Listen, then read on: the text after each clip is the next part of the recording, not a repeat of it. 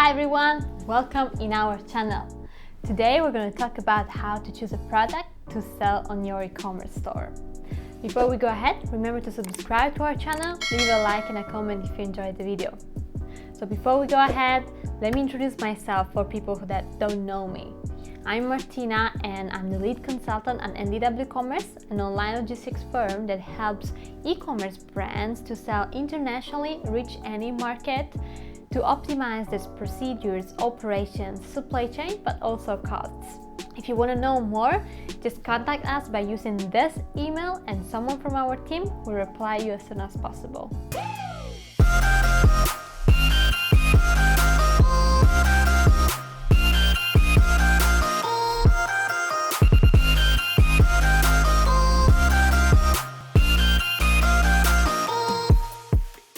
So, let's talk about how to choose a product for your e-commerce store.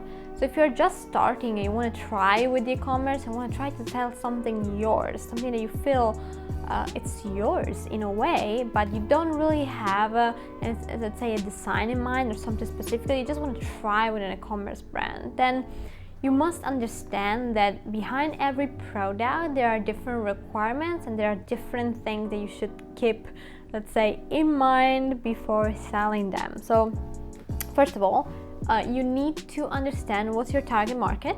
You should start by making some researches. As much as it sounds boring, you need to make researches. You need to understand who you're selling to. United States, what American customer want, what they're looking for, what they buy the most. And that's already your answer. Even if you have a lot of competition, common products are always the ones that sell the most.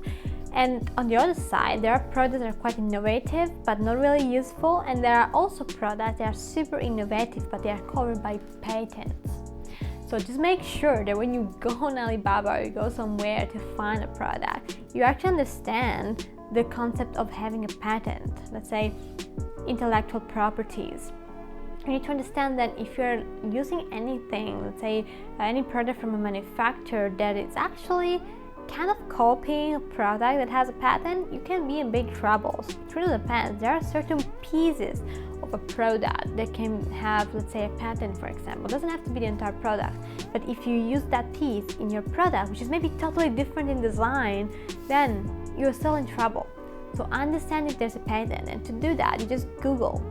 You just go on Google Patents and you try to find something that is similar to products you're selling. And here you are. You have the answer. You can see pretty much what's in there for the same category. Of course, sometimes there are a lot of pages, but it's really worth it to have a check, because you never know. You can get sued. You can, end up paying a lot of money just because you tried out and you didn't know.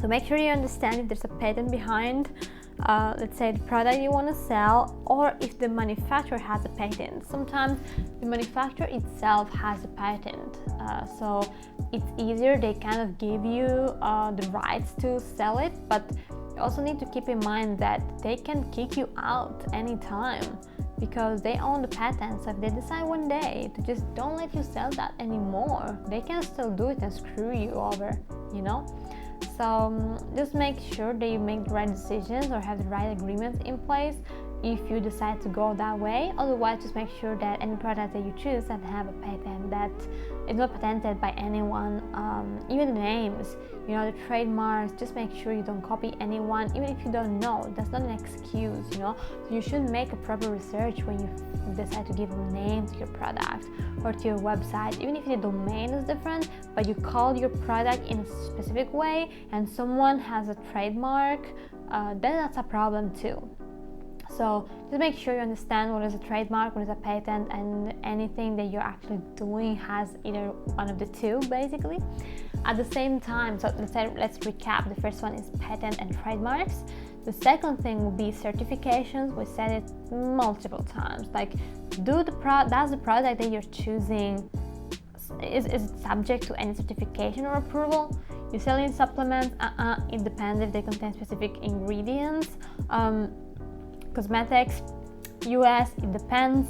EU, you need to notify to the CPNP, for example, before selling anything, and you need to fill in forms, you need to get the approval, and so on. Even if it's nothing big compared to approval of for the FDA of medical equipment, but it's still something you must go through before selling anything to customers, such as any cosmetic to European customers.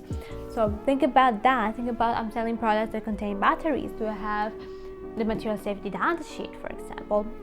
The fact that you need the CE mark, UKCA mark for UK, CE for EU, and anything else, so there are different also marks that you need to use when selling. So, and if your manufacturer doesn't have the CE mark, that's a red flag, because it means that they haven't approved to sell that product in the EU. So otherwise they would have the CE mark. So in that case, either you can do it by yourself, that's totally fine. You can still choose a manufacturer that doesn't have the CE certification and mark. You can still get a product and test it yourself. You send it to the right entities in the EU and get approval for the product. If it can actually get approved, then you're going to get the CE certification or whatever. So you can still do it by yourself, but those certificates cost some money, so definitely the manufacturer should have it. If they don't have it, you can do it yourself, but you really need to believe that it's actually complying with those regulations, otherwise they're never going to approve you for the CE mark. And this means that you order something, you spend the money for the CE approval, and then at the end of the day they can't even approve it for you because it's not compliant with the regulations. So make sure you have certifications in place as well. Third thing is that if you really don't know from where to start, my suggestion is that just start from something small. You should start from something small because of the volumetric weight, all logistics. Nowadays, the products are so cheap, especially when you buy them from China. But the freight is so high. It's super high. So the freight costs more, like the shipping fee costs more than the product itself. And that's unfortunately normal nowadays with COVID. So find something small, because something small, it means a small volumetric weight, smaller dimensions. So the dimensions are not so big, you're gonna get charged for very low let's say volume and weight, because it's a small product, which can be a cup, it can be a piece for a camera, for example, the lens, anything that is quite small. So it's gonna be easier to, let's say, optimize the cost as well of the packaging, of the storage. Think about it. What are the costs behind everything here? You have a very small product, which means that in 1 cubic meter of storage, you can fit more products. So you're actually optimizing your cost. Can you imagine to sell, I don't know, TVs? You're selling TVs, they occupy quite a lot of space, and in, 1 cubic meter, you can put, 10 TVs, for example. But for the same cubic meter, if you sell a camera lens, you can put up to, 500 or 1,000 camera lens that you can sell for the same price. It's so pricey. A TV may cost $200-300. A lens can cost $200 to $300. You can get the same money, but you pay less because you optimize the space. And that's the same for packaging. It's going to cost less because it's small, less materials. The storage is going to cost you less.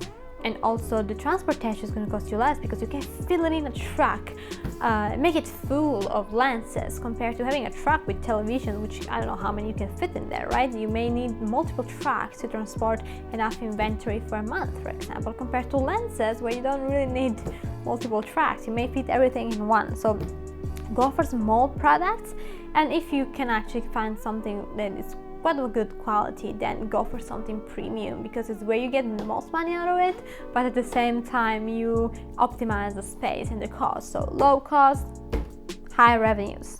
So that's overall what I would think of if I need to really decide what to sell. If I want to start with e-commerce, I would definitely go for such a logic to make sure that I'm in the right position, so nobody's going to sue me for patents or using or copying products and so on.